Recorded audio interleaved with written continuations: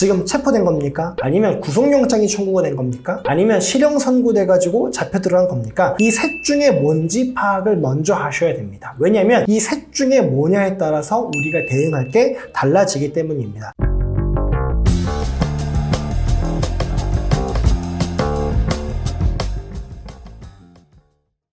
네, 안녕하세요. 형사전문 변호사 용성 변호사입니다. 오늘은 자녀가 구속됐다 라는 연락을 받았을 때 뭘 먼저 해야 되나 라는 주제로 잠시 말씀 나눠보도록 하겠습니다. 가끔씩이요, 부모님들이 저희를 다급하게 찾아오는 경우가 있습니다. 그러면서 그런 말을 하십니다. 방금 전에 우리 자녀가 구속됐다 라는 연락을 받았습니다. 대체 이게 뭐가 어떻게 되고 있는 겁니까? 라는 거를요, 저희한테 물어보시는 경우가 많아요. 저희도 그 부모님을 방금 전에 뵀으니까 알 수가 없는데 부모님 입장에서 너무나 답답하니까 저희한테 그렇게 물어보시는 거겠죠. 그리고 구속이라는 게요, 사실 내 자녀가 구속됐다, 혹은 내 자녀뿐만 아니라 내 가까운 가족이, 친척이 구속됐다 라는 연락을 받으면요, 사람이 멘붕이 옵니다. 뭘 먼저 해야 될지 몰라요. 이런 경우에 어떤 걸 가장 먼저 해야 되는지 오늘 한번 설명을 드려보도록 하겠습니다. 구속이라고 저희가 통칭해서 말씀드렸는데요, 그냥 사람이 잡혀간 경우에 뭘 확인해야 되는지 설명을 드려볼게요. 사람이 잡혀갔으면요, 크게 세 가지 경우 중 하나입니다. 첫 번째, 체포된 경우입니다.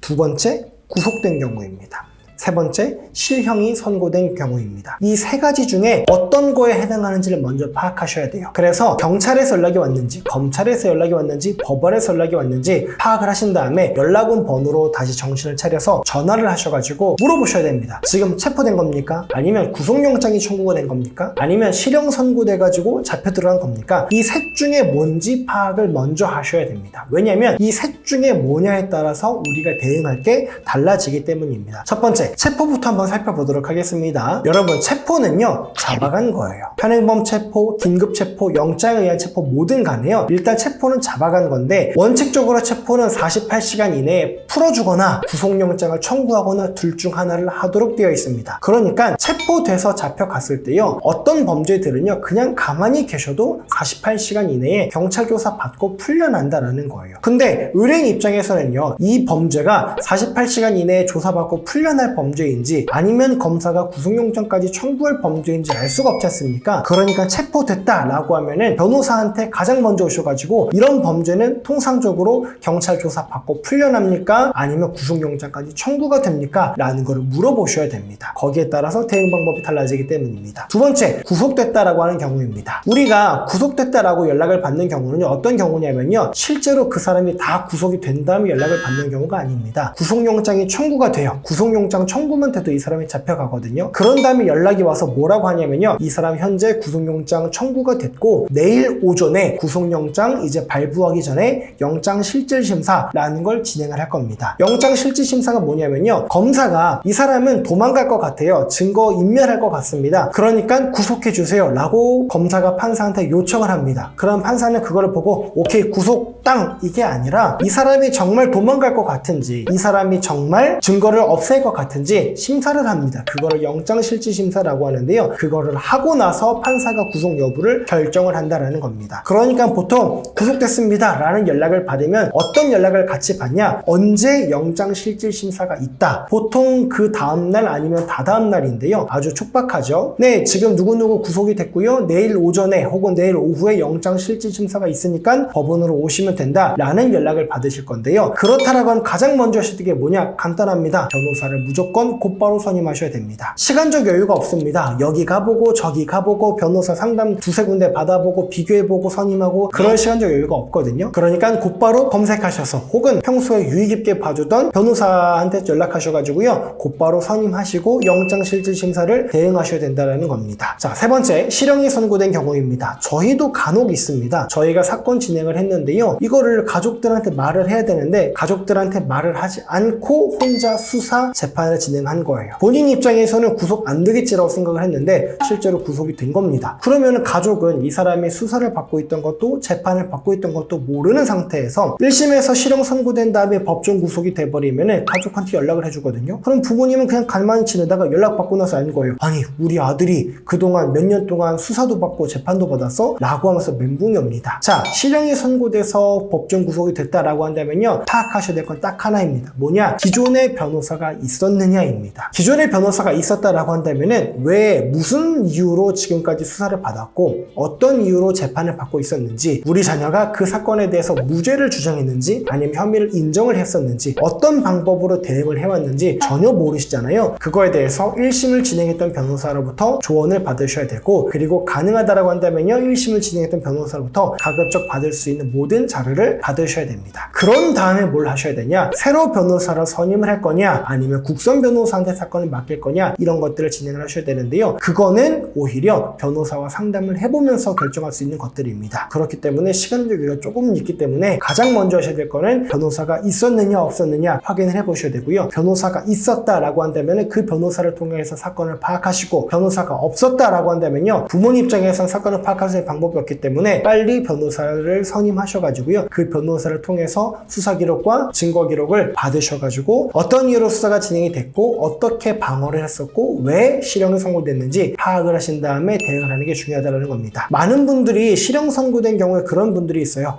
일단 접견 한번 해보고 면회 한번 해보고 결정할게요 라고 하는데요, 어제 구속됐다고 오늘 면회 안 되거든요. 통상적으로요 구속된 다음에 1, 2주 지나야 면회가 됩니다. 그러다 보니까 실형 선고돼서 구속됐다라는 얘기를 전에 들으셨을 때 우선 면회 한번 해보고 결정해야지 라고 하시면 너무 늦으니까요, 제가 말씀드린 것들 위주로 확인해 보시면 좋을 것 같습니다. 오늘은 자녀가 구속됐다라는 연락을 받았을 때 뭘 먼저 해야 되나 설명을 드려봤습니다. 자녀라고 설명을 드렸지만 사실은 부모님, 가까운 가족 모두 다 해당이 되겠죠. 저희가 말씀드린 것처럼 체포된 것인지 구속된 건지 실형이 선고된 건지 확인 먼저 하신 다음에 각 유형별로 적절히 대응해 나가시면 될 것 같습니다. 오늘 영상 보시고 궁금한 점 있으시면요 댓글 남겨주시면 친절하게 답변 드리도록 하겠습니다. 고맙습니다.